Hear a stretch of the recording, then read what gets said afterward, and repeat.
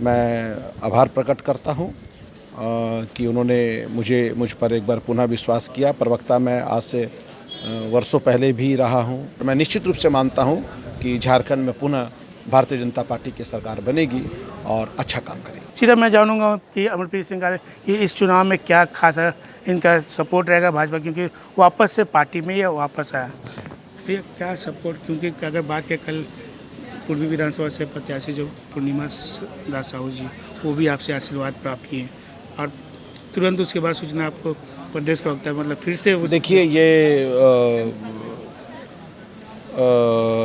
प्रदेश प्रवक्ता की जानकारी मुझे आज से लगभग कुछ दिन पूर्व हो गई थी और माननीय हमारे राष्ट्रीय संगठन मंत्री आदरणीय BL संतोष जी का भी प्रवास हुआ था झारखंड में और काफ़ी पूरे झारखंड के सभी विधानसभा को लेकर के पार्टी काफ़ी चिंतन मनन और कंसर्न्ड है।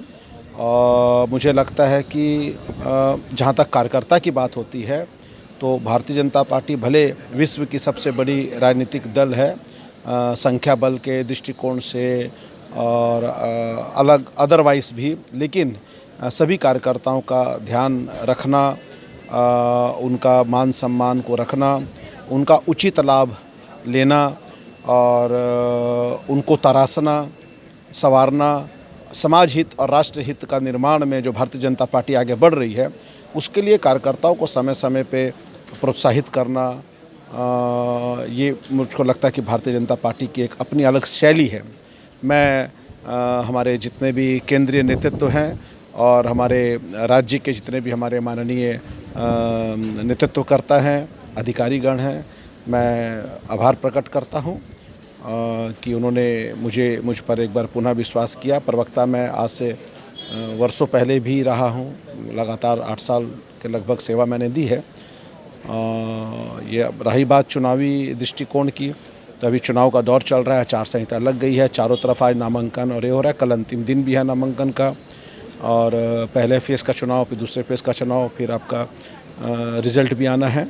तो ऐसे में मैं इतना ही कहूँगा आपके माध्यम से अपने सभी दर्शकों से, सुधीजनों से कि आप जो विश्वास आपने पूरे राष्ट्रीय स्तर पे भी लिया है, अभी जो चुनाव हुए हरियाणा में उसमें भी आपने, जम्मू कश्मीर में भी अच्छा प्रदर्शन किया पार्टी ने, तो यहाँ झारखंड के चुनाव में भी आपका स्नेह, हमारे जितने मतदाता हैं उनका स्नेह, उनका विश्वास, उनका आशीर्वाद भारतीय जनता पार्टी के साथ और भारतीय जनता पार्टी के प्रत्याशियों के साथ में रहे, ताकि हमारे परम श्रद्धेय प्रधानमंत्री नरेंद्र मोदी जी का जो एक सपना है सशक्त राष्ट्र के निर्माण में जो अपनी भूमिका आगे अग्रसर कर रहे हैं, उस सपने को सच करने में एक एक कमल का फूल, चाहे वो विधानसभा का सीट हो, चाहे वो लोकसभा का सीट हो, बहुत महत्वपूर्ण रखता है। कोई भी निर्णय लेने से पहले एक बार आप देखिए, अब रहा बात है कि चुनाव के समय जो टिकट का बंटवारा होता है, सभी जगह उहापोह की कई स्थितियां रहती हैं। कई लोग चाहते हैं कि उनको चुनाव का टिकट मिले, नहीं मिल पाता है, क्योंकि विधानसभा में एक ही को मिलना है, लोकसभा में एक ही को मिलना है।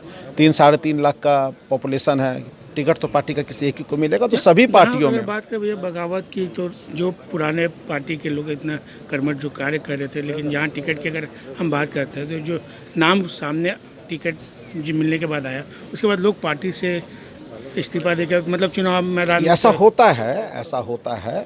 पार्टी उस पर क्या नज़र करे? नहीं, ऐसा होता आया है, आगे भी होता रहेगा। कोई पहली बार भी नहीं हो रहा, अंतिम बार भी नहीं हो रहा है। कई लोग पार्टी में रहते हैं, उनका एक बहुत मानना रहता है, स्पष्ट मानना रहता है कि वो बेस्ट कैंडिडेट है और उनको पार्टी को टिकट देना चाहिए, और अगर नहीं मिलता है तो उनकी नाराज़गी होती है। कई बार नाराज़गियाँ मुझे लगता है कि अस्वाभाविक होती हैं, जो नाराज़गी का जो स्तर उस लेवल पे नहीं होना चाहिए, लेकिन कई बार नाराज़गियाँ स्वाभाविक भी होती हैं। लोगों को लगता है कि नहीं, जिस कैंडिडेट को दिया है वो हमसे बहुत जूनियर था या उतना काबिल नहीं था, लेकिन किस कारणों से दिया। लेकिन पार्टी जो टिकट देती है वो पार्टी अपने तरीके से, अपने विचार के साथ करती है। अंततः मैं तो यही कहूँगा कि जिसको भी पार्टी ने निर्णय लिया, अपना जिम्मेदारी दी है, उसको लोग, हमारे जितने भी मतदाता हैं, मैं उनसे निवेदन करूंगा, प्रार्थना करूंगा, अपना विश्वास, अपना स्नेह, अपना आशीर्वाद अपने कैंडिडेट को दें और कमल फूल में अपना मतदान करें। जमशेदपुर के जो चुनाव है और सबसे बड़ी और बात- प्रथम चरण में चुनाव है जमशेदपुर का।